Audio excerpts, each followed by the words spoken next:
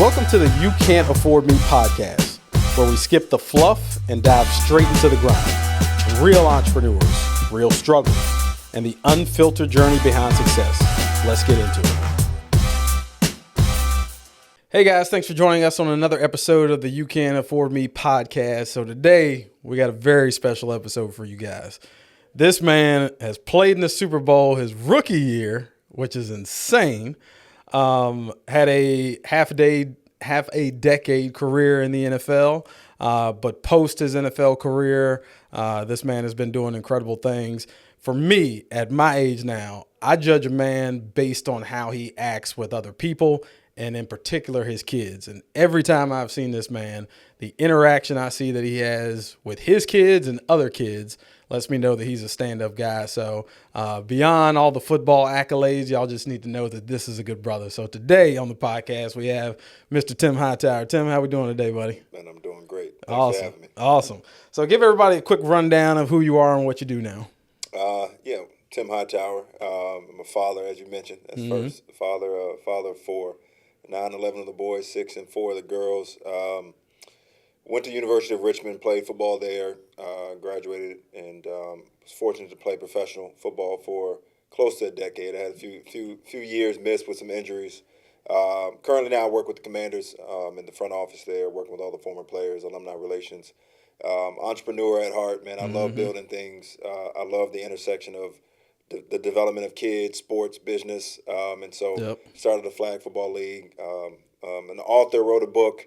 But that's who I am, man. I'm a father, community-driven, and entrepreneur in business, and just somebody who really believes in the creation and the building of people and things and places, and that's who I am. Love it. So let's start with your college career. And really, I want to get to the business, but I know people want to hear some of the football side, so we're going to dive into that. The probability of someone coming out of the University of Richmond and playing in the NFL has to be like less than 1%. When you're not coming from a major school like that. So first off, how did you even get noticed by recruiters coming out of University of Richmond? Man, you know what? In a nutshell, I tell people sometimes what you need is what you have. And they were the only school that even offered me a scholarship. I had one. So many of my colleagues growing up in high school, and they had offers from 10, 15, 20 schools, and it looked really cool, right? And I'm like, man, I just wanted one. I couldn't even get one, and so I bounced around to 4 different high schools, and it took me a while to kind of find my footing, and so I didn't go to a lot of the camps where you get rated and all these things. I was just trying to find a home, you know what I mean? And so I was fortunate. I finished at Episcopal High School, as a boarding school in Alexandria, Virginia, and I ended up missing most of my senior year with a foot injury. And so that just on top of bouncing around a few different schools, I missed a lot of my senior year. And so I didn't have a lot of opportunities. And fortunately, University of Richmond came around. I had no clue who they were. I'm like, Richmond, who, what? Like, what? Where's Virginia? Where's VTech? Where's Maryland? Where's Florida? Where are you originally from? I was born in California. Okay. But we moved around a lot. That was kind of the thing growing up. My parents were just, parents did a tremendous job of keeping the family together, but just trying to find opportunities, right? So my dad was in the Marines. He was stationed out there in California. We moved to Oklahoma, spent some time there, and then finished up in Maryland, and that's been my family's been there ever since. But high school it was tough, man. Just trying to find my footing. But like I said, fortunately, University of Richmond came around, and they saw something in me, and as I say, the one scholarship that I had turned out to be the only one that I needed. And, as long as you got an opportunity, you take advantage of the opportunity that you have, and forget about what you don't have. You got one, and so I wanted to make the most out of it. So did you end up getting drafted in the NFL? Were you undrafted? How did you? I was drafted 5th round. So nice. It was something that coming into the University of Richmond. At first I was frustrated. I was frustrated because that. I felt like I missed a lot of my senior year. I felt like I didn't know what the University of Richmond. I knew Richmond was. I'm one who I study success. I study those in whatever thing that I want to do. Who's had success? What are some of the blueprint? What are some of the lessons that I could learn from whomever has been there? And so I studied all the best running backs, from Emmitt Smith to Walter Payton to Tony Dorsett, Earl Campbell. Eric Dixon. I knew Those some I bad knew the men top right 20 there. running backs. Like, Yep. I knew LaDainian Tomlinson. I knew who they were. I knew what they did. I was obsessed with finding. I took ballet in college because I found out Emmitt Smith took ballet, right? I ran track because I found out some of those guys. I ran hills because I found out Walter Payton ran hills. So Yep. I literally just would find out who was the best, what were they doing, and how could I replicate that. But I didn't find anyone who had success at the University of Richmond, right? So I'm like, I knew there was Barry Redden, right? So the first thing I did when I got to the University of Richmond, who was the best? It was Barry Redden. Got drafted, and he did make the NFL in '85. He got drafted. I think he got drafted. So I'm like, okay, there's somebody. It's possible. There's not a lot, but somebody did. So what did Barry Redden do? I want to break all his records, and so it was that. So there wasn't a ton, but there was somebody, and so. But it was that mentality of if one person did it, if one that's person all did I it, need sometimes that's all you need is just one person. I'm like, I don't know Barry Redden. I ended up meeting him later on, but it is possible. Somebody came out of here. Yeah. So why not me? Why can't I be the next person to come out of here? And so, that just set off that college career of just whatever it took. I'm gonna get there by whatever any means necessary. I'm getting to the NFL. Yep. That's been my motto for the longest time is you may look better than me, you may have more money, you may be more educated, but you will never outwork me. That's right. Every room I walk into, I'm determined to be the hardest working man in that room. That's right. Let's talk about the financial side of things with becoming pro, because you hear all the stories about, and it's easy for people to be like a Monday morning quarterback where it's like, oh man, if I made 10 million, like I wouldn't blown through all that, But like, especially when you have vast majority of guys coming into the game at a pro level, whether it's basketball, football, baseball, whatever it is, a lot of them are not coming from circumstances where they've grown up learning about money, where they've learned about credit, where they know about 401ks and stocks and all these different things. So for you, walk us through that moment when you went from playing football at the University of Richmond, getting drafted in the 5th round, and those checks start to come. What was your mentality? Because you said you studied some of the greats at your position. Did you also study the financial side of what I wish people I did? would have. No, I didn't. And I mean, it's a principle that I tell my kids all the time now. It's principles are applicable to any discipline, and sometimes we can be masters in some things, but we can be deficient in other things, and just not realize that. Man, we just got to translate some of these principles over. And so, no, I didn't. And kind of to take a step back. One of the things, and I just had a conversation with my kids this morning in the car, but one of the things, if you look at our society as a whole, right, and you look at, where we are, the average amount of savings people have, and, all these things. I think the average amount of savings people have in America right now is $1,000. So when we look at just like we have a money management, just crisis in general, right? But do you take that into, you're ill-equipped. A lot of guys come from, modest means, right? And that's part of the driver to get you to where you are. Yep. And so you did all that hard work to get there, but now all of a sudden you get it quick. Yep. And one of the things with the NFL that I learned very quickly is anything that, and just a principle, anything that comes, you feel like it comes quick, can sometimes be hard to maintain. Yep. Right, as opposed to a little incremental over time, and you learn how to do that. You now all of a sudden you get. I remember the first time sitting down with a check that I'm like, man, my mother doesn't make this in a year. Yeah. Wait, you mean to tell me I get 16 of these? Yeah. Right? I get, for some teams it's weekly, some teams it's bi-weekly. Yep. So I can go below 40K this week, and I'm going to get it again next week? Yeah. Wait a minute. And then you get it. And then January, for us, we went to the Super Bowl my rookie year. So then there's 4 more weeks of those. Yep. Right? Of playoff checks. And so I'm like, man, wait a minute. For 5 straight months, I'm getting these checks bi-weekly. And then all of a sudden it dries up. Yeah. During March, off season, April, May, June. You don't get paid. Right? Like, so just that idea of, okay, you go from being a college kid, as you mentioned, in a dorm, like you're living on meal swipes, right? To next thing you know, you're drafted, and overnight, you're expected to be a professional. Yeah. You got to hire people. You got to fire people. You got to now start, budgeting and putting things, setting up bills. And I remember the first time my track coach from high school was out there, my cable bill was off. She's like, Tim, your cable's off. I'm like, oh, I forgot to put it on auto pay. I didn't. Yep. And I'm like, can you just set it up for me? Yeah. But it was small things like that you get drafted, and a week later, I'm in mini camp.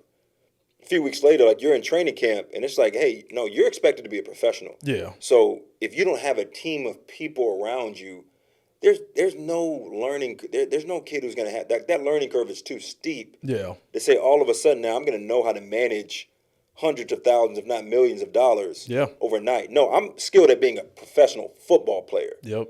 I know that game. I know X's and O's. I know how to execute.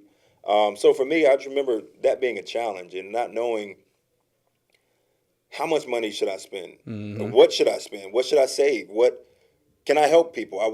Anything that I'm a firm believer that there's a Jay-Z line. He's one of my favorite artists. You are who you are before you got there, right? Money magnifies who you are, Absolutely. right? And so, if you're a jerk, if you're broke, you're gonna be a jerk broke, and you're gonna be a jerk. Man, if I had that kind of money, no, you would do exactly what you're doing now. Exactly. You would do that at scale. Mm-hmm. If you can't save $10, you're not gonna be able to save $100. You're not gonna be able to save.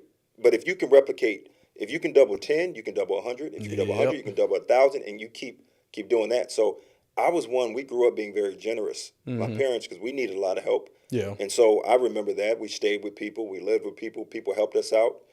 So for me, I wanted to help everybody, right? All of a sudden now, you're the lifeline. So-and-so's 4 months behind on the mortgage, they're about to get evicted. Well, I know what it feels like to be evicted. Yeah. Well, what's me sending them $5K? Yeah. I can do it. I mean, I think I can do it. And so it's like you're trying to figure out every single day, right? You're trying to learn this playbook and figure out how to be the best professional you can be. But all of a sudden now you're exposed. Yeah. Because your salary's on TV, your bank account, your contract, you're a public figure. And so now you get all these people, some family, some friends, some somewhere in between, and you're trying to figure out, how do I say no? What do I say yes to? Yeah. So I remember being matter of fact, I remember struggling when it comes to financially, not just because I didn't know what to do financially, it's because I didn't know where my responsibility began. Yeah, because a lot of people, they're like, you see a little success, and they're like, hey, boy, I used to wipe your butt when you were 4 years old. Like, I need that 10K. Don't get brand new. Don't all of a sudden now, you change. That's the first thing that people, they want to make sure, oh, man, you changed. You flipped up. You forgot about. Yep. And that's such a challenge for people, especially in your first generation. Whether start a business or come into some kind of resources. There's this feeling that, man, I don't want to change. I don't want to forget who I am and where I came from and the people who helped me out. But yet there's this desire and capacity to figure out, how do I succeed at this season of my life? Yep. I've got to surround myself around people who can take where I am now and help me kind of get to the next level, or else I fall back to what I've known, and then I can't help anybody. So one thing I picked up years ago was, because the second you announce that you're an entrepreneur, people are like, oh, man, Sam's paid, da-da-da. Let me hold something, man. Yeah, and they don't have any idea what's going on in the back end. Like, people don't know how much my rent is here for this space. People don't know how much I have to pay in equipment costs each month. People don't know my insurance costs, all these different things. Yeah. So what I ended up doing was, when someone came and asked me for money, whether it was a friend or family member, there were times in the beginning where I was like, yeah, man, it ain't no thing. Like, $1,000 to me at this point ain't really much. That's not going to hurt me. Like, yeah, let me go ahead and bless somebody else. But then I started saying, you know what? I'm just going to start providing people with opportunities. So I'll never forget one good friend. He hit me up and he's just like, man, I'm down on bad times. Like, I need like $300. And $300 ain't a lot of money. And a group of friends like came together and they hit me up. They're like, Sam, my friend needs help. Like, we're all going to put in X, Y, and Z. Like, we're going to get him straight. And I was like, first off, if you guys give him all this money, understand that you're never going to see this again. So be giving it as a gift. Don't expect that it's going to be paid back to you. 2, you're just enabling bad behavior. Sure. Because at the time I had like 5 businesses when this dude hit me up. And I was like, hey, man, I had the bubble soccer business. I had all this other stuff. I was like, hey, man, I need somebody to run an event for me on Saturday. More than willing to help you out and give you money, but I need you to go earn it. Or, hey, we had just moved into a different office space, and I was like, hey, I got all these boxes and stuff that needs to be moved, or furniture that needs to be put together. Hey, this is how much I'll pay you to come through and do it. And didn't hear from that brother. He wanted the handout. He didn't want to work for it. Sticking with that financial tip, was it – because I always remember the story of Shaquille O'Neal when he came in the league, and he got a massive contract coming in the game. And I think at that time he broke a record. It was the biggest one-time purchase in Walmart history. He went in Walmart after he was drafted to Orlando and went through and like furnished his whole place. I think he went through and spent like $400,000 or $500,000. Then he went to a car dealership and the guy didn't know who he was. And the guy was like, can you even afford this car? And can I afford it? Not only can I afford that, give me 3 more. And then his accountant calls him, the next week, like, hey man, you out of money. He said, what are you talking about, man? I just got a $10 million check. Ain't no way. Yeah, you ran out of money, man. So for you, was it post your professional career in football, or was it sometime during your career that financial switch clicked for you? And if so, also kind of yield to what was your lowest moment in terms of finances that you were dealing with becoming a professional? Yeah, well, as they say, there's levels to everything. I wasn't on no Shaq. I didn't make Shaq level money. But I would say a combination of both, man, and that's something I'm still learning. You know what I mean? There's so many things that I'm still. You don't know how much you don't know until you start learning. Yeah. And you figure, oh man, what was I doing? I mean, I first sit down at a car dealership my rookie year, and what I didn't know was, okay, don't buy a brand new car. It's a depreciating. It's not an asset, but it depreciates in value. Yeah. Okay, whatever that means. So I'll go buy a car I knew I wanted a Lexus. Yep. I'll go buy a 1 to 2 year old wer which is extremely smart. Lexus is one of the best brands. Right. So I'm like, okay, I'll go buy a 1 to 2 year old car. So I sit down. I'm like, okay, I got $200,000 in my bank account at that time. I can go buy this car. Car was $60,000, $50,000. Okay. Doesn't seem like a bad idea. I'm not going to buy cash. I'll put some money down. I have no clue where this logic is coming from. Yeah. Right. But I sit down. They come back. They say, how much you want to put down? I just say half. Put half of it down. I'll put 25, I think, down. Or something like that. Right. Brought my checkbook. And they come back and they say, hey, Mr. Hightower, you weren't approved. I'm like, what are you talking about? Your credit. I'm like, well, I've never used my credit. What do you mean? This is my rookie year. It had a 0 credit score. It was the part that was embarrassing was I didn't know what they were talking about. Yeah. Right? Like I didn't understand. I couldn't really quite understand what the issue was. Yeah. You're like, I got money. You got a product. Money. Let me get it. Like, what's the... So, we can work something out. We can work something. That's what they always do. Yeah. I didn't even look at the interest rate. I was paying 20%, almost 20% on that vehicle. No clue until I refinanced the next year working with this financial advisor.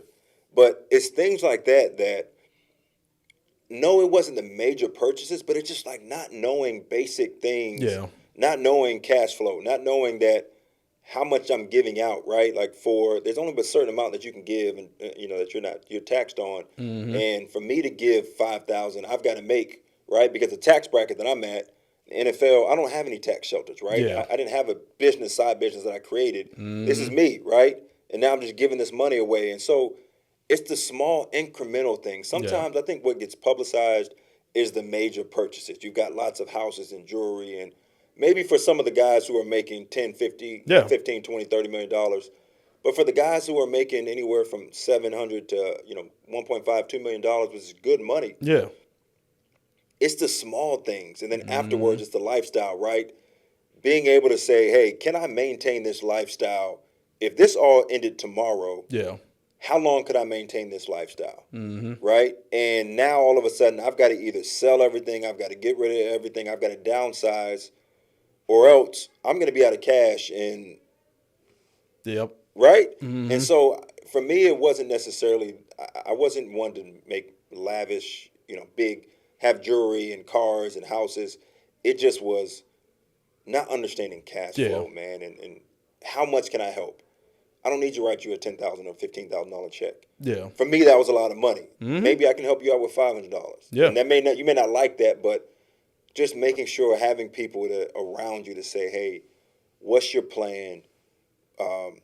What's your plan, and how can we execute this and be consistent with this over time? Yeah. I think that was more so my thing as opposed to the big. Even not having all the knowledge and the fact that you went out and said, I'm going to get the $60K car, I'm going to buy something that's 2 years old. Even though you didn't fully understand what you're doing, that smart as hell right there. Like looking at from the used perspective and different things like that.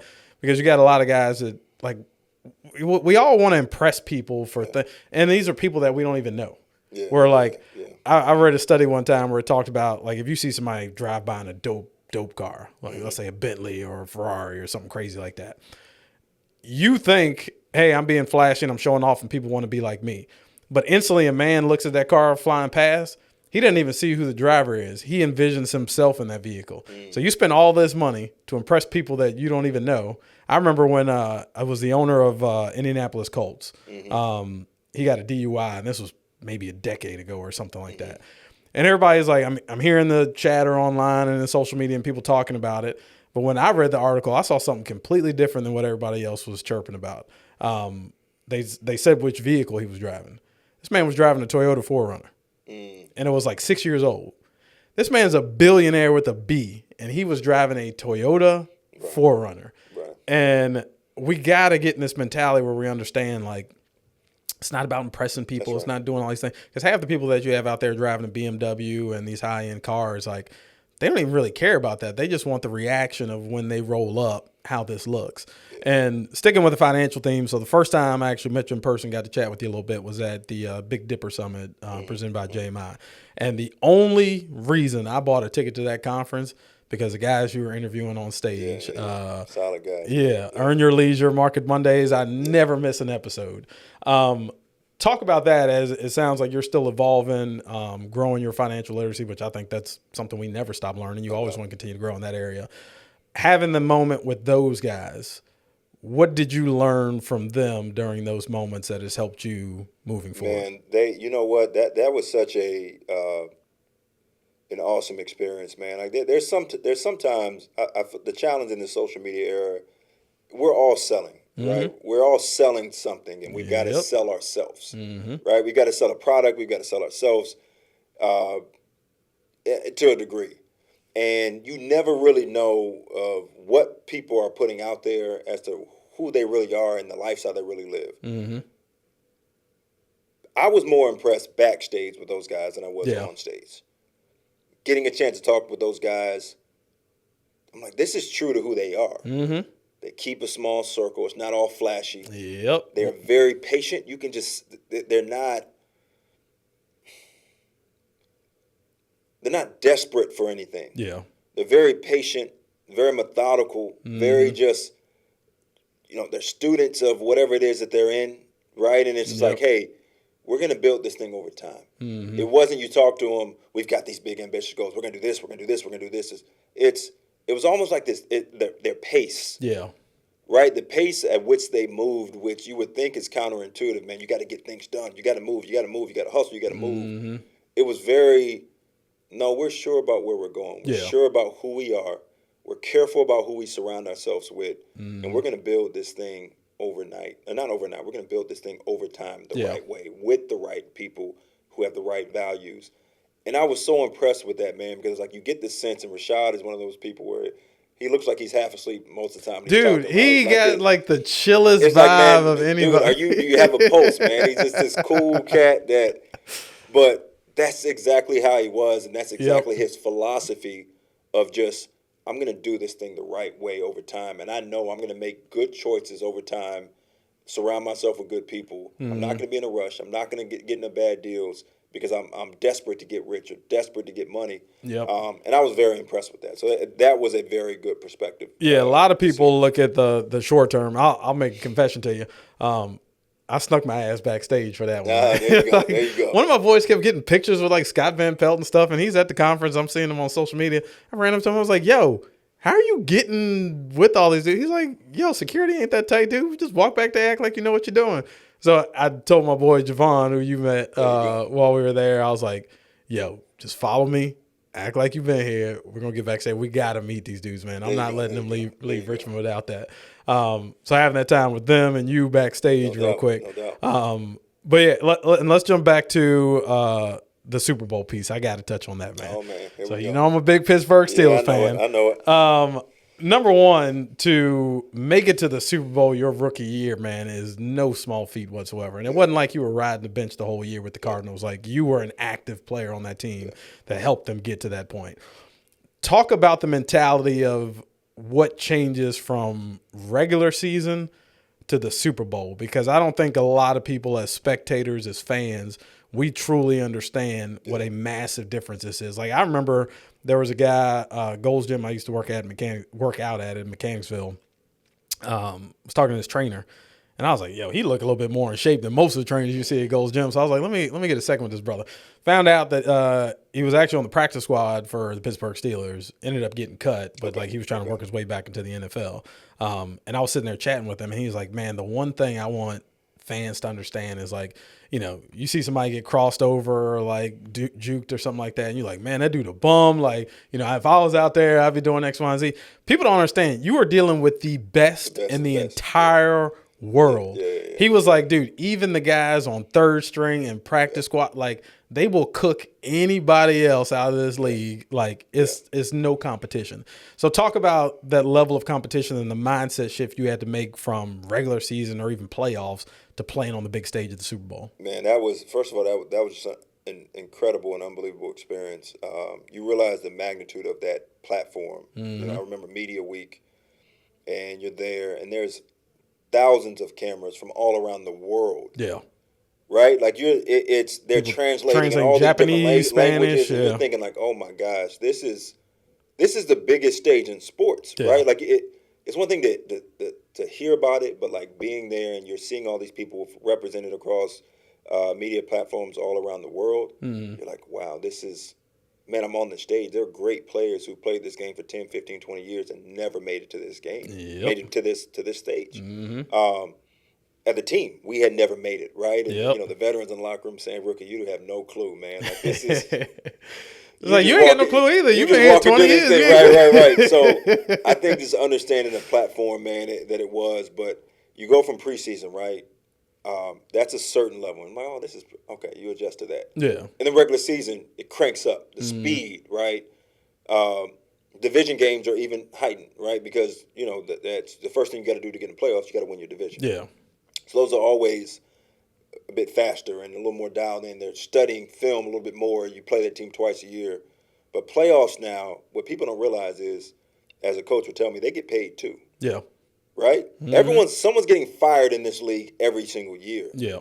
Right? There's no just, oh, well, they're just better than me. It's, no. We're paying you to be the best, but they're also getting paid to be the best. So someone's going to get fired all the time. It's inevitable.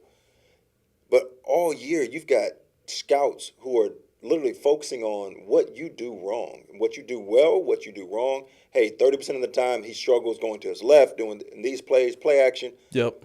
So now you've got a culmination of that all year. You've got a body of work. At this point, you are who you are. You got 16 games, and in the Super Bowl, you've now got 19 games, depending on worth of film. Yeah. That those scouts' job is to look at those 19 games and break down the tendencies and say, this, like, here are the plays, here are the formations, here's what this team, this player struggles with. So now sometimes the playoffs is not even about who's the best team, it's who makes the least amount of mistakes. You've got to be dialed in, right? So the intensity is up. The mistakes, like, all right, like you can't make the room for error is very, very low. And so it's playing at a high pace and being very precise in your attention to detail, right, and your steps and your progression. And then, of course, playmakers are going to make plays in big-time plays, so in big-time moments. So I just remember, one story to illustrate that, man, we had a running back coach, Maurice Carthon, the guy who drafted me. Every week in practice, he would say, if there was an interception thrown, go chase down the ball carrier. Go chase down the ball carrier. Like, even if you were on the sideline, he's screaming at all the running backs, go chase down the ball carrier. He would say, man, the last thing's going to happen, you know, we're going to be in a Super Bowl, and they're going to throw an interception, and we're going to lose on an interception return. And you're thinking, like, what's the probability, likelihood of that happening? Well, now you can go pull up James Harrison, one of the greatest plays, and guess who's trying to chase him down? Yours truly. I'm the last one. I got blocked in the back, by the way. That's a block in the back. Go check the tapes. But all I can think about was my coach, and it will forever haunt me because all year he talked about like the attention to detail and and being prepared for those moments. Go figure, it happens to me in my rookie year that we lose a Super Bowl because a guy runs a touchdown back, and none of us can chase him and get him down. Yeah, right. So it's those kind of things where you look at that level. The intensity is high, but the room for error is very, very low. I gotta say, man, like James Harrison is the definition of a silverback gorilla. Like Man, that dude is a I'll never forget one of the first interviews I heard from him. Like everybody was like, Debo, like why you always wearing sweats and stuff in the gym? Like why don't you ever let your arms out? He's like, man, I gotta wear hoodies because these dudes be scared to death if they saw these arms coming out in the middle of a workout. Like, dude, and still to this day, like he's still like that. He is built completely different. One of the greatest plays in Super Bowl history. Still a block in the back, but I'm gonna go back and look at the tape now, man, because I didn't care. As a fan, I'm just cheering because I see him running down the field. But I'm gonna go back and look at that. On that competitive nature, let's talk about. I don't think I've ever asked you. Did you play golf? Do I play golf or am I good at golf? I ain't saying not if you play well because we all suck. Okay, all right. I like to get out there and chop some grass up here. All right. Yeah. So that was leading to my next question is like you've kept yourself in shape post your NFL career. Talk about how you feel that level of competitiveness being out the league now, because basically your whole life growing up you've been a competitor. Yeah.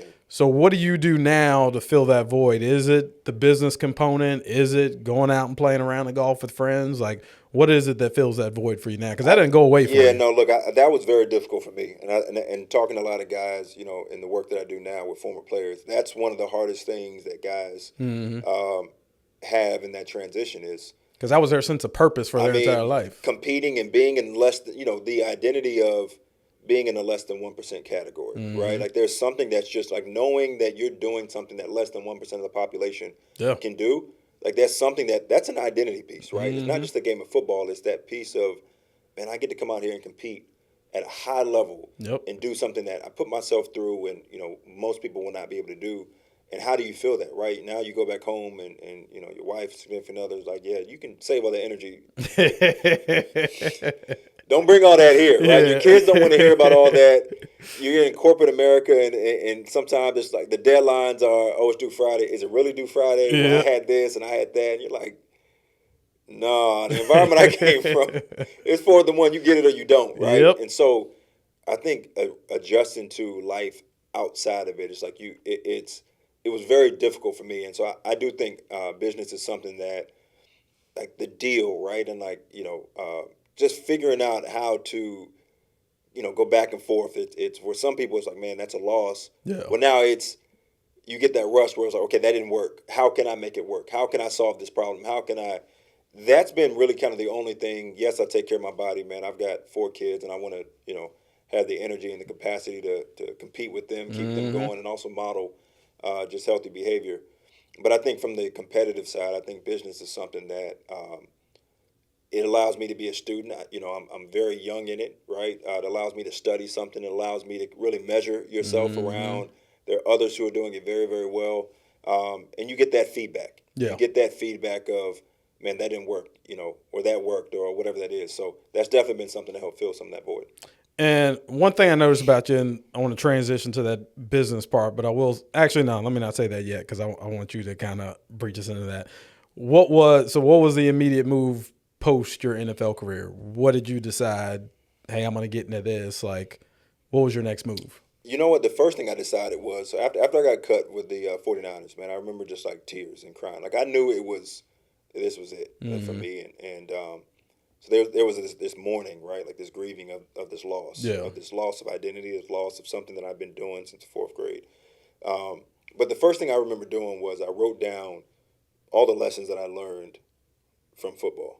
Right, all the success, the failures, the things, and and one of the things that I told myself was I'm going to give myself time to figure out what I wanted to do, because I didn't know what I wanted to do next. I thought I was going to play for 15 years, be a Hall of Famer, make a bunch of money, and I knew I wanted to be a dad, but I ride off into the sunset and I figure out what's next, and that didn't quite happen. I got injured.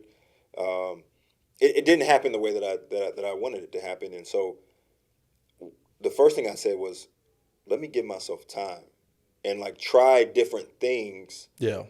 And be okay at failing at different things. Be okay with, I used to be an expert in the less than 1%. Man, I've got to start at ground zero. I may have to go back to school. I may have to try some things, and so. So pause right there real quick, because you just dropped a major gem. That's a thing a lot of people don't realize. Like as kids, we're taught Like, hey, it's okay to fail. Like, try a bunch of different things. Like, you're not gonna be great at everything, da da da. But then we get into our adult years, and it's like the worst thing that could possibly happen is failure. Well, no, I don't ever feel I've failed at any of the businesses I've started. There are lessons I've learned. That's right. There are opportunities that have been opened up from that. Yeah, that may not have been the best route for me, but now I understand and I know which because those things have helped me understand which direction I'm supposed to be going. But the fact that you just said, let me take some time. That's right. I feel like a lot of people, anytime I run into somebody who just got laid off or fired from a job, I tell them the worst thing you could do is immediately run out and just go get into another job. Take some time. This may be the only point in your life where you're going to get unemployment. You've been paying into it your entire adult life. Go ahead and take that time, whether it's a month, 2, 3, whatever the case is. But take that time to really look in yourself and figure out, what is it that I'm on this earth to do? That's right. What brings me happiness? What would I enjoy doing? So I think that's a valuable lesson. So you talk about all these things like, hey, like nobody taught me this. I didn't pick up on this. But even like the thing with the Lexus or taking time post-career, like, those are very insightful things that a lot of people just don't pick up on, and you just naturally picked up on those things. So transitioning from that, you're taking a beat. What came next for you? Yeah, look, so I first off, I appreciate that, man. I do believe in living from the inside out, and I do think sometimes, life, there's a lot of pressure, and we make decisions a lot of times because external pressures as opposed to internal forces. Absolutely. Right? Like, intuitively, we know what feels right, what doesn't feel right, and it's like anything else. The more we listen to it, the stronger that gets, and the more we don't, the more that drowns out. And now we need all this validation from other people. We're determined, dictated by the market. We're, all these different things, man. So I've just always been a firm believer of living from the inside out. I may not know all the answers, but I know if I make a decision that doesn't sit right with me, I probably made the wrong decision. I know if it feels like peace to me, and even though it doesn't seem right, like at a certain point, I can live with myself that, man, I trusted with the information that I had, I trusted what was right to me. Gotta go what you get. But man, I started down this road of, I wanted to be an entrepreneur, and I knew I wanted to work with kids, and so I was doing this call it consulting, going around. I called every Virginia school and just trying to get them. I wanted to put in like this leadership program and develop these kids in different ways. And I remember cold calling every single Virginia independent school, right? Like, you literally take the same principles that you did that allowed you to have success in one area, and sometimes you just carry those over. Now hold up, somebody needs to hear that again. NFL star Tim Hightower was cold calling. Cold calling, man. Some of y'all been doing what you've been doing for 6 months and think you too good for a cold call. No, this man got out and hustled. Doesn't matter what level you were ever performing at. Nobody's above the program. But you know what, though? What I learned in that process was I learned how to get people's attention. And there was something I was studying, listening to Jim Rohn. He was talking about the law of averages. And it was something, okay, if you need 10 sales, you got to call 100 people, right, just to get 10. And out of that 10, one of those will be your closer. When I heard that, I'm like, okay, it's just a game of numbers. Absolutely. So I don't need to worry about the no's. I just need to get the volume. Yeah, and it's so, like, how quick can I get to the nose? How quick can I just get out there? And so what I started finding out was, okay, what's the common thread that people are responding to? Right? Okay, I got to do a little bit of research on I got to provide a genuine compliment. Right? I got to have some credibility. Who am I? How can I add value to them quickly? How can I highlight something that they're doing? And like, how can I give them immediate value? Like, identify a quick problem that they may have based on the research that I have. Get some credibility and solve a problem for them very quickly. And I've got like 3 or 4 sentences to do that. Does that make sense? And so it became like a game, like a challenge for me. And then I started noticing, man, I'm getting more feedback and response. Yes, probably half of it was because I'm a former NFL player. Sure. But use that. But I'm starting to get more, like, there's some who just didn't respond at all. And so I think that process was like, okay, it was more about like sales and a deal. How can I get in front of people? How can I get people's attention? And then now, once I got that, how can I convert that? Okay, you got the meeting. How can you get the next meeting? Okay, you got the next meeting. How can you get the proposal? You got the proposal. How can you close the deal? You got the deal. How can you get repeated? You know what I mean? It was like one thing. It was like, how can you retain them for the how next can I years? write? So it was like, okay, that was a process. And so I started doing that. And then I started working with this company and doTERRA, this essential oil company who I had an endorsement with. out of Utah, and I had a really good relationship with one of the executives there, who's now the CEO. Ended up moving out to Utah to work with them full time, and as they were expanding their business. And while I was out there right before COVID, that's when our former team president for the Commanders, Jason Wright, former teammate of mine, he got hired, first black team president, first black president in team history. Smart dude, man, sharp dude. And so he called me and said, "Hey, we'd love to bring you on board and kind of help us as we're kind of essentially rebuilding the front office here, and we've got some work to do, man." So I've been with the Commanders ever since 2020. Nice. But that's kind of where it started, man. It was just like, hey, I want to be in business. I want to figure out how to solve problems, and that kind of led me down this path. Gotcha. What do you think about Trump winning? I ain't gonna put you there. Oh, Man. man, don't do that. I ain't gonna mess the brand up, man. We can talk off camera about that. All right, let's talk about because I want to get to the football league. But let's talk about first being a husband and a father, because that's honestly what impressed me about you the most. Is number one, anytime a man's networking and he makes the decision to bring his children along. No doubt. That's showing me that, like, hey, I'm trying to build legacy. And at that age, the kids ain't grasping everything. But years down the road, because I think of lessons that my dad taught me that he may have told me at 12 years old, but I didn't grasp fully until I was 24, 25 years old. And I heard his voice in the back of my head saying that. I'm like, oh, that's what he meant. Yeah. So to give your kids a first hand experience, like, I'll never forget the first property that I bought. My son was probably a year and a half old. But I had him in the stroller, and I was like, we're going to go out and look at these properties today. Does he still recall this? Is that something that's cemented in the back of his brain? I don't know. But I always wanted to make sure that my kids have grown up in those environments to see, hey, I'm not going to push you into entrepreneurship. I think it's a great way to go. But I want you to be exposed, because even if you become a driver at UPS, you still need to understand how to get your money working for you while you're not working. I'll never forget reading an article on a guy he retired from UPS with a net worth of $10 million. And he wasn't making but $50,000 a year. He just put his money to work the entire time throughout his career, and he retired better than probably some of the executives at UPS just because he knew how to manage his money a little bit better. That's right.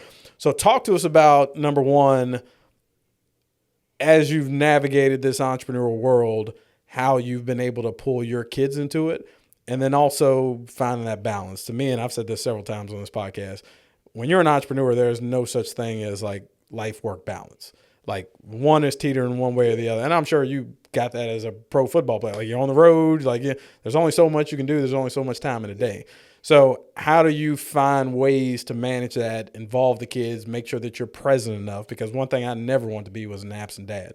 Like, yeah, I want to go out and I want to build this. And I know being an entrepreneur is one of my major purposes, but I also know God put me on this earth to be a great husband and a father. Right. So talk to us about that experience with raising kids in this environment, and how you've brought them along with you. Yeah, look, I appreciate that question, because I do think I'm a firm believer that, strong families, create a strong society. Mm-hmm. And, the foundation of the fabric of this is the family and the core unit. And I do think that's something that, unfortunately, is being lost, the value of family and what that really means. And you spend time talking to any successful person, unsuccessful person, by whatever metrics you want to use. It all started at home. Mm-hmm. It all started at home. Yep. Every single one of us, you spend more than 5 minutes talking to someone, because the first 5 minutes is the surface level. Yeah. Where are you from, what you do, all that kind of stuff. Mm-hmm. But most of our identities have been shaped by mother, father, something that started at home. Yep. But yet that sometimes can be the most overlooked. So I appreciate that question. I grew up, man. My pastor used to always say, more is caught than taught. And that's a bar. You can say all the things that you want, but they're seeing and they're hearing more than what they ever will say. Yep. And so for me, man, like, it was one of those things where I knew when I had kids, I didn't want to just, I know I can talk a lot to them, but that's intentional. And I'm always going to keep talking. And it's like a plant, right? You're just watering it. You're watering it. You're watering it. You don't know which raindrop is going to be the one to cause, to get there, cause that plant to take root and sprout. Yep. But you need all of them, right? And so for me, I'm just like, man, it's rain. It's rain. It's raining, and I'm going to oversaturate your souls and your mind to where at some point one of those words that I say or my presence is going to take root at some point. So I'm just going to keep doing that. But also, man, I would just talk to people and ask them. And it was one of those things where they would say, you know what? The only way that my kid doesn't resent is if I involve. They feel like they're a part of it, right? Like, I can tell my kids that, oh, this is for you. Yeah. But if they're not involved in it, there's no way that they can understand that interaction and that connection, right? And so involving them, right? Like, they now see it. They're part of that process. So yes, they understand like whatever that value and lesson in that transaction is, but they also know that, hey, we are doing this. This is a family decision that is being made.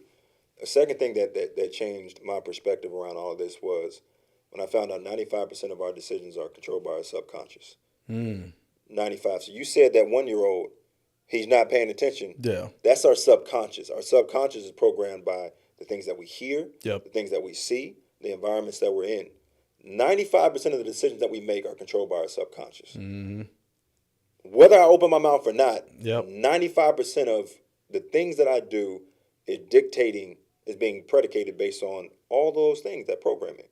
And so for my kids, all the words that I'm telling them, right, some of those raindrops are going to fall, but more so the environments that they're in and them seeing their dad interact with people, those things are starting to take root.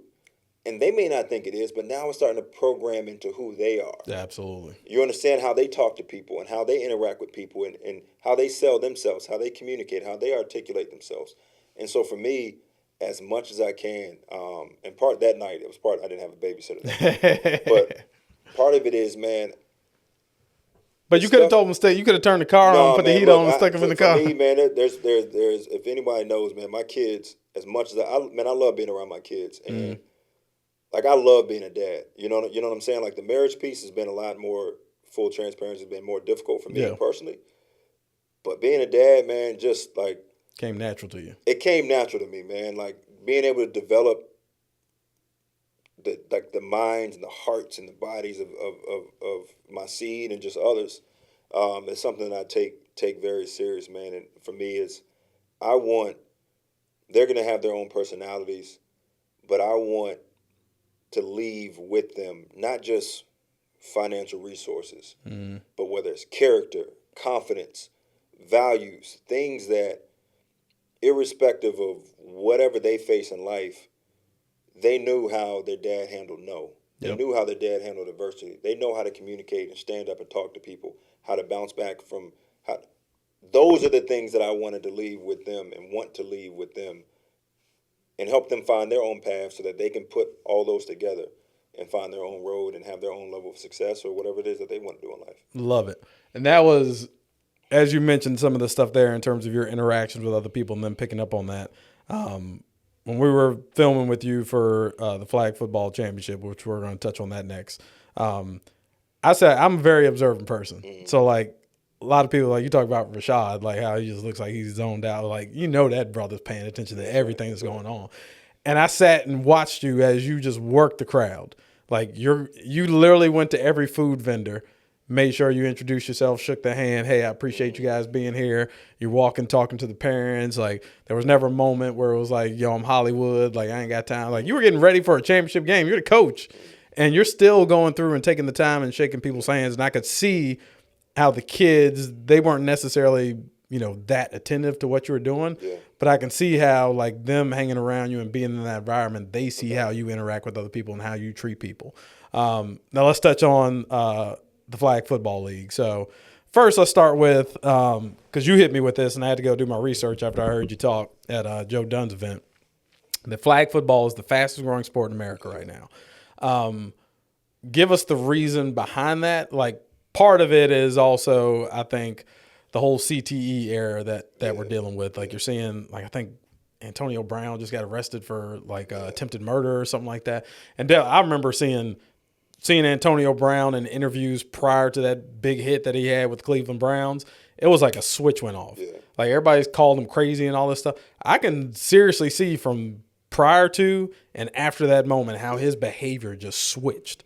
And you've had other NFL legends that have ended up committing suicide and things like that. And CTE is this thing that we're just learning about now. So and now it's officially becoming an Olympic sport. I think guys like Justin Jefferson and people like that have signed on to play in the Olympics in flag football. So is that part of what's bringing this huge transition with flag football? Yeah, first off, man, look, for somebody who, what I do now is alumni relations, senior director of alumni relations with the Commanders and me.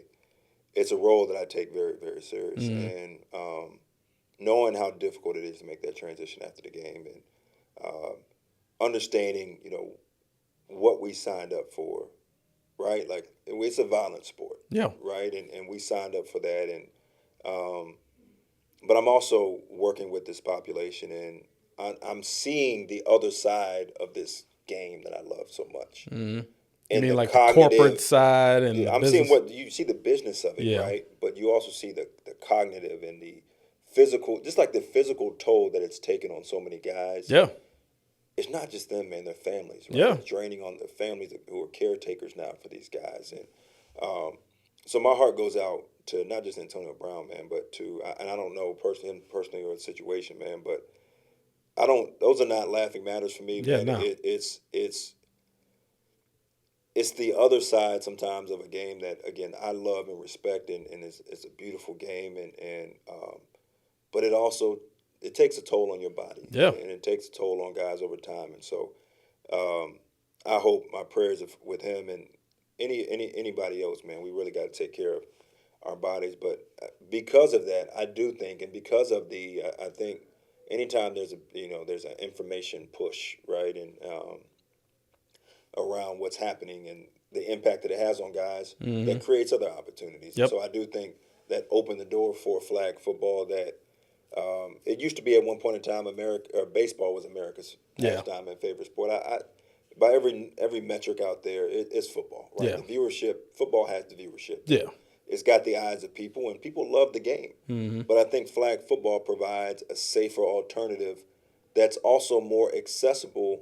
It's accessible to more people. Yeah. Right? I think a huge part of that wave is girls. We talked about girls in flag football. That for so long, that pathway hasn't been provided, and that door hasn't been provided for young girls. And so you see the growth of that game with young girls and young women at the high school level, professional level, and even at the grassroots youth level, as well as internationally. Yeah. Right? We don't need all this equipment. We don't need these big stadiums. We need an open space, and we need some flags. Yeah. That's it. Pair of cleats and some flags. Man, we're good that's to go. it. And lace it up and let's go. And so I think because the viewership of the game has just grown exponentially, and now you've got a game that's accessible, it's affordable, it's safer. It's just a perfect storm where it's a great entry sport, right? You don't have to be tall, fast. Just go out there and play. And so I love to see it because, again, there's so many things that I love about the game of football and that it's taught me. And to be able to share that with the next generation, with my kids, for me it was a win-win to say, hey, man, I can take something that I love in a safer way and then now teach that and give that and grow that, and it's also create a business opportunity out of it.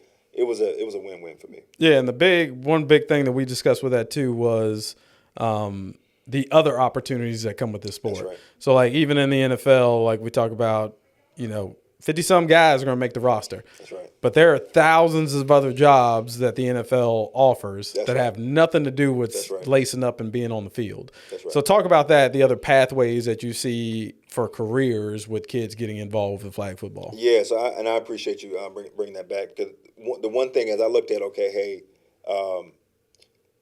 my kids may want to get into it at some point. I'm like, man, people ask me all the time, what are you going to do? Yeah. And I'm like, number one, I'm not going to force them into anything. I'm going to help lead and guide them. But I'm dealing with a population that, they all made it to the other side. And then what happened next, right?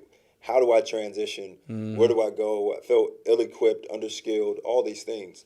And so now I'm thinking about, with the rise in youth sports, all these kids and parents want their kids to play. They want them to play Division I. They want them to play at the highest level. College is becoming a lot more expensive, and this allure of professional sports, right? But the reality for me and the statistic that I saw was, look, 7% of these kids are going to play in college. Yeah. Less than 1% are going to play pro. We know that. But 7. So the 93%, what are they doing? Yep. Right? And so being fortunate enough to be on the business side of the Commanders, I'm asking different individuals, how did you get into this role? How did you get into that role? How did you get into this role? Yep. And most people fell into it. There wasn't like a true career pathway to the business of sports. As we talked about, it is, when I pull up to that stadium, it is a full-fledged concert every single week. Yeah. The hours that go in the preparation of getting to that, right? And the from legal into finance into PR into data analytics into marketing into there's merchandise. Merchandise. Like there's all of these different. There's like this big flywheel. Yeah. That just like security. There are probably 20 different divisions. There's so many industries within the sports industry, right? And I'm like, man, how are we not know? Why do we not know about all of these other career pathways in sports? And so for me, my vision with creating this flag football league was, okay, this is a fast-growing sport. It means there's a ton of interest, there's a ton of traction. Yep. There's investment from NFL and at the executive level. There's policy that's being reinforced to help make sure it's a high school, college sanctioned sports for women. Yep. So there's opportunity and interest here. Number two, I also saw that girls by the age of 11 are dropping out at twice the rate of sports than young boys are. So what happened to that is all the mental health and all the other issues with that. So if this is a fast-growing sport, primarily among girls are dropping out. Okay, you connect all those together, perfect storm. Yep. But number two, knowing that 97%, 93% of these kids are not going to play professional, how do I build a brand that takes advantage of that growing interest, but also prepares these kids for long after the sport? And so that's where that's what I'm excited about. We started Under the Lights, but it's the game, but it's how do I create more opportunities and career pathways for kids using sport to create other skill sets and experiences where these kids, we use this game, and now we're looking at the next, these kids are in data analytics and they're in sports law and they're in all these other fields, sports medicine, that maybe they didn't go college or professional, but they started that love in our league, and we helped them develop them. And that's the hope. That's the goal for the next generation of student athletes, in my opinion. Love that. As we wrap up, this is a question I've started to ask all my guests is, as entrepreneurs, the term entrepreneur has been glamorized and made sexy. Like I tell people all the time, anytime I give a talk, and people are like, what's it like being your own boss? Like da. Well, I gave up one boss in corporate America to have 1,000 bosses, which are now my clients. So it's not the life that a lot of people imagine. But I like to highlight like the low moments in entrepreneurship, because as it's been glamorized, like people need to understand, if you decide to get into this game, which you play one of the greatest sports in the world. I think entrepreneurship is the top sport in the world. How you navigate and understand that, life's not always going to be easy. And I remember Ice Cube saying something where he was like, if you start a business and you're not prepared to not make any money for 3 years, then don't even bother starting. And most people can't stomach not making money for 3 months, let alone 3 years. What was your greatest obstacle as an entrepreneur so far, and how have you overcome that? Man, that's a great question. Well, look, I'll stay with I'll stay with the flag football, man, because this thing is building this. We started with 120 kids, and we fortunate to have 400 kids a season later, and so we're projected to have close to 1,000, if not north of 1,000, in the spring of 2026. And greatest obstacle. It could be something on a personal level, it could be a mental obstacle. I think number one, realizing that, you are responsible. Like you are directly responsible. Like your brand is your responsibility. Your business is your responsibility. And I don't care where there was an error or breakdown, right? It falls back on you. Communication and execution and whatever it is, you are responsible for your brand. Number one, right? And so seeing last season, and we had a ton of hiccups in our first season. We had a ton of hiccups, and I think the lesson that I'm learning we didn't execute at a very, very high level. I would say the product that we put. Families had a great time, and they gave me the benefit of the doubt. I'm apologizing all the time. I'm up at 11:30, 12 o'clock checking emails after my real job. Yep. As they say, my main job, and I'm like, man, what am I doing? Right? I'm responding. Somebody else can do this. Mm-hmm. But number one, what I appreciated was it forced me to learn the full operations of what it takes to run a flag football league. Yeah. From concessions, right, to hiring referees, to identifying the fields, to communication, to marketing, to it. Like I had to learn all of it. Yeah. Right? I had to understand. Oh man, okay, and the first thing that I learned was, number one, no, you are responsible for your brand. Yeah. Now, you can't put that off on anybody else. It's Tim's League. Mm-hmm. And people are saying, Tim's League didn't run on time. Yep. Tim's League didn't communicate. Tim's League didn't communicate, right? Like, that's your brand. And I built a reputation in football. That's only going to get you but so far. Yeah. Now your brand and now your credibility is here, number one. Number two, under-promise and over-deliver. It sounds so simple. Yeah. But I had all these big, like, lofty goals and things the way that I want to operate. Okay, you can't share that with everybody. Yeah.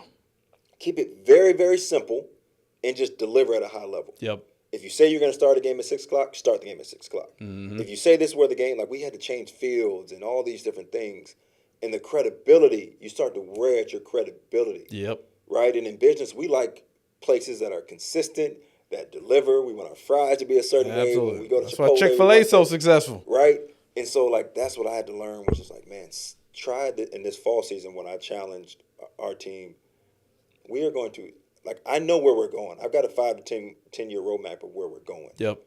But can we be patient and say, no, we're going to simplify. Yeah. I want our games to start on time. I want them to finish on time, and I want the families to have a great experience. That was the biggest thing I saw is that you weren't on CP time. No. We were there. Stuff was getting started on time. There was one game where I had to stop. I'm like, hey, can you cover coaching for me?